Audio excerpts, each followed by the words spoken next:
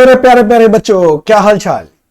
हाँ जी, मैं लेके आया हूं आपके लिए सीएमए इंटरमीडिएट दिसंबर 23 का जो पेपर है फाइनेंशियल अकाउंटिंग, उसका रिव्यू लेके। इसके अंदर हम लोग पेपर का रिव्यू करेंगे, पूरा एनालिसिस करेंगे।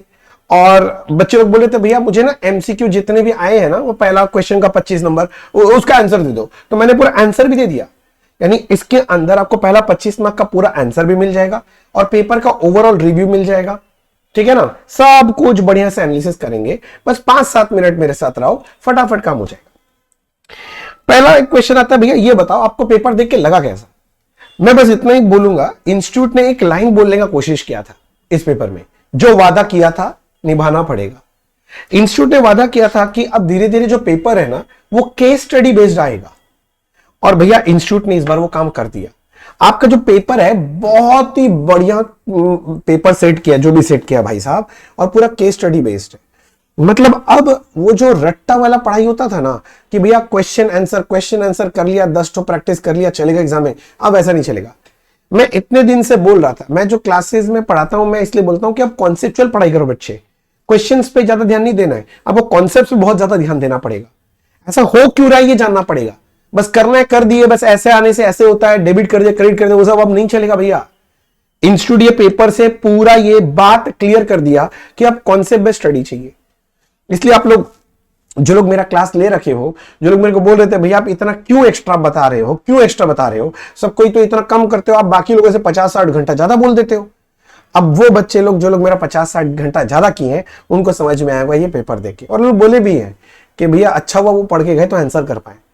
चलो एक एक करके मैं दिखा देता हूं। क्वेश्चन नंबर 1 पूछा था, जैसे dash represent a potential obligation that could be created depending on the outcome of event. तो इसका ऑप्शन सी होगा कंटिंजेंट लायबिलिटी।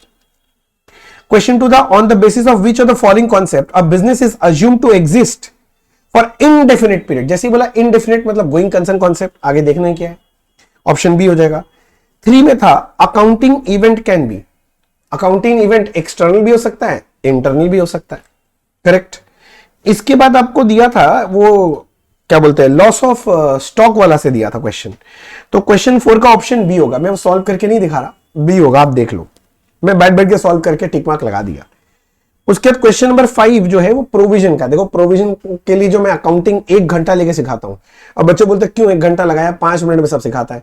अब आज समझ में आ गया ना क्वेश्चन ये वाला। देखो ऑप्शन बी होगा, पॉइंट नंबर 5 का ऑप्शन बी होगा। 6 का क्वेश्चन, जो क्वेश्चन 6 दे रखा है, ये बहुत ही आसान सा है, क्लोजिंग स्टॉक निकालने वाला था। ये ट्रेडिंग बनाओ, सारा फिगर बताओ, क्लोजिंग स्टॉक बैलेंसिंग फिगर निकलेगा। Option number D 225-300। इसके अलावा क्वेश्चन नंबर देखो ये 7 है, ये अपना उससे आ गया, क्या नाम है, एनपीओ चैप्टर से। ठीक है ना, सब्सक्रिप्शन रिसीव्ड निकालने बोला था, तो ये ऑप्शन आएगा 6,14,000। मैं एक्सप्लेन नहीं कर रहा हूं कैसे कैसे आ रहा है, ठीक है ना, आप बस आंसर एक बार टैली करवा लो अपना।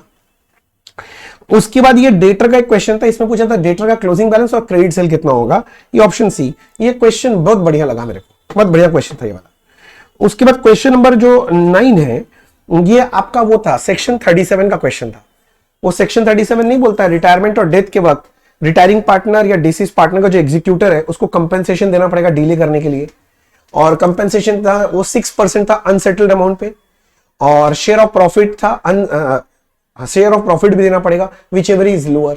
हाँ वही वाला था। इसका ऑप्शन सी आएगा 46-50। क्वेश्चन नंबर जो 10 था ना, ये बच्चे डिपार्टमेंट से था, ये बहुत इजी था वो प्रॉफिट निकालने का, ऑप्शन बी आएगा इसका। बहुत लोग डी लगाए होंगे मगर बी आएगा। अच्छा, फिर मैच द फॉलोइंग था, ये अकाउंट सेल्स डी से, कंसाइनमेंट से रिलेटेड है, एंडाउमेंट किससे रिलेटेड है, E non profit organisation, limited duration A joint venture का, एक्सेस वर्किंग रॉयल्टी चैप्टर में आता था, वही surplus of actual royalty over minimum rent, और ब्रांच एक्सपेंस किससे रिलेटेड है, स्टॉक डेटर मेथड ब्रांच में, हो गया ये भी।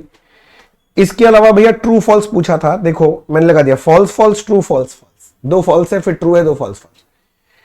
ये 25 नंबर का जो क्वेश्चन पूछा था ना भाई साहब, मैं बोल रहा हूं बहुत बढ़िया क्वेश्चन था, बहुत खोद खोद के गहराई से पूछा था। अगर आप ऊपर ऊपर से पढ़ के गए होंगे तो ये 25 नंबर अटेम्प्ट लेने में भी जान निकल जाएगा। ये मेरा रिव्यू है। हाँ भैया पेपर लेंदी बनाया था, डिफिकल्ट बनाया था, मैं नहीं बोलूंगा बहुत इजी पेपर था, ऐसा नहीं था। अगर आप गहराई से नहीं पढ़े तो डिफिकल्ट लगाओ, गहराई से पढ़े होंगे तो इजी लगेगा। फिल इन द ब्लैंक्स था देखो, और डी का था जर्नल फोलियो कॉलम स्टूड कहां पर आता है, लेजर में। इंटेंजिबल एसेट राइट ऑफ करते हैं सो क्या बोलते हैं, एमोटाइजेशन। कंस्ट्रक्शन कॉन्ट्रैक्ट A7 किसको लगाना होता है, कॉन्ट्रैक्टर की कॉन्ट्रैक्टी, कॉन्ट्रैक्टर, वही पूछा है। एक तो वो प्रॉफिट शेयरिंग रेशियो निकालने दे दिया 15:6:9:4, और वो गुड्स हमने दिया था एडवर्टाइज सैंपल के हिसाब से, एडवर्टाइजमेंट टू परचेज, वो जर्नल एंट्री पूछ लिया घुमा के, समझ रहे हो ना। अच्छा, इसके अलावा मैं आगे चला तो फिर ये 25 नंबर तो हो गया। फिर आपको मिला रेक्टिफिकेशन ऑफ एरर का एक क्वेश्चन। मैं बोलूंगा एक स्टैंडर्ड अच्छा क्वेश्चन था, स्टैंडर्ड अच्छा क्वेश्चन है, बहुत ज्यादा डिफिकल्ट नहीं है, थोड़ा बहुत भी अगर रेक्टिफिकेशन आता है तो आराम से हो जाएगा। हाँ, इसके बाद वाला क्वेश्चन देखो, केस स्टडी बेस्ड क्वेश्चन दे दिया अकाउंटिंग स्टैंडर्ड से। अकाउंटिंग स्टैंडर्ड से क्या क्वेश्चन बोला, बोले एक तो मिड साइज फर्म है, अब वो लोग को कॉस्ट रिकॉर्ड रखने का मन था, तो वो लोग को डबल एंट्री सिस्टम में रखना चाहिए। उनका कॉस्ट अकाउंटेंट बोल रहा है अक्रूवल से बेसिस में फॉलो करना चाहिए अकाउंटिंग, और उसका कोई दोस्त बोला नहीं कैश बेसिस में कर लो। एडवाइस बोला, दोस्त का मत सुनो, कॉस्ट अकाउंटेंट का बात सुनो, AS1 बोलता ही है फंडामेंटल अकाउंटिंग अजम्पशन लगा के आपको ये आंसर देना था, फंडामेंटल अकाउंटिंग अजम्पशन वाला बात बोलना था। तो AS1 से रिलेटेड था, केस स्टडी बेस्ड था, ठीक है। इसके बाद एक बिल्स ऑफ एक्सचेंज का अच्छा क्वेश्चन दिया था, बढ़िया, एक तो 15 नंबर का बढ़िया क्वेश्चन दिया था। ऐसा नहीं है कि बहुत डिफिकल्ट था, लेंदी क्वेश्चन था। इसके आगे देखो क्या पूछा है, उसके बाद एक एनपीओ का अच्छा सा क्वेश्चन पूछा है, ठीक है ना। तो एनपीओ का एक क्वेश्चन पूछा है, तो वो इजी है, मतलब मेरे ख्याल से तो एनपीओ वाला क्वेश्चन में ज्यादा कुछ नहीं है, तो आपको बैलेंस शीट बनाने के लिए बोला था, ये क्वेश्चन ठीक ठाक था, हो जाना चाहिए आराम से। इसके बाद फिर से एक केस स्टडी बेस्ड क्वेश्चन पूछ लिया, देखो ना, एन अकाउंट क्या बोल रहा है, देखो, an accountant of a large size firm record all transaction journal instead of maintaining subsidiary books, subsidiary books नहीं बनाता है। His view on this are that it will result in better control, उसको लगता है बेटर कंट्रोल होगा, and also large team of accountant will not be required, मतलब एक ही journal में सब लिख लेंगे तो ज्यादा आदमी भी रखने का जरूरत नहीं है। तो बोलता है ये करेक्ट है कि नहीं है, तो तुमको बताना पड़ेगा कि भैया करेक्ट है कि नहीं, कि भैया आप बताओ ना, ऑब्वियसली करेक्ट नहीं है ना। अब जब लार्ज साइज का बिजनेस बोला, कोई छोटा बिजनेस तो है नहीं, तो बहुत सारा ट्रांजैक्शन होगा, तो जर्नल को मेंटेन करना ही इम्पॉसिबल हो जाएगा, कोई अभी ट्रांजैक्शन कभी खोजना पड़ा तो बहुत मुश्किल हो जाएगा, तो इसलिए सब्सिडियरी बुक्स मेंटेन करना चाहिए। तो ये आपको समझा के लिखना था केस स्टडी में। इसके अलावा क्या था, a company purchased a machine for, अच्छा, ये भी क्वेश्चन बहुत बढ़िया दिया था, मैं तो बोल रहा हूं डेप्रिसिएशन का था, किंतु केस स्टडी बेस्ड बना दिया था इसको। हाँ, ऐसा क्वेश्चन बच्चा लोग को तकलीफ दिया होगा, मैं ये बोल सकता हूं। डेप्रिसिएशन चैप्टर से था, डिफिकल्ट नहीं था, मगर केस स्टडी बेस्ड टाइप बना दिया था। एक तो बना दिया, देखो केस स्टडी और एक क्वेश्चन पूछ लिया था। क्या बोला था कि फर्म जो है ना मैन्युअली अकाउंट्स बनाता है, अब कंप्यूटराइज्ड अकाउंटिंग में जा रहा है, वो टैली सॉफ्टवेयर वगैरह लगवा रहा है, और चीफ अकाउंटेंट बोलता है चार्ट ऑफ अकाउंट्स बनाने पड़ेगा। ये आपका ना जो फंडामेंटल स्टार्टिंग है ना, उसमें चार्ट ऑफ अकाउंट्स बोल के है, उसका एक थ्योरेटिकल क्वेश्चन उठा के पूछ लिया। चार्ट ऑफ अकाउंट्स तो हमेशा बनाना पड़ेगा, नहीं बनाने से नहीं चलेगा, नहीं तो बाद में खोजने में बहुत असुविधा होगा चीजों को। तो ये भी केस स्टडी बेस्ड बहुत बढ़िया गहराई से खोद के पूछा है भैया। इसके बाद जो अगला क्वेश्चन है, ये आपका लॉस ऑफ स्टॉक चैप्टर से पूछा है। हाँ, this was a simple straight forward question, इसमें कोई दिक्कत नहीं है।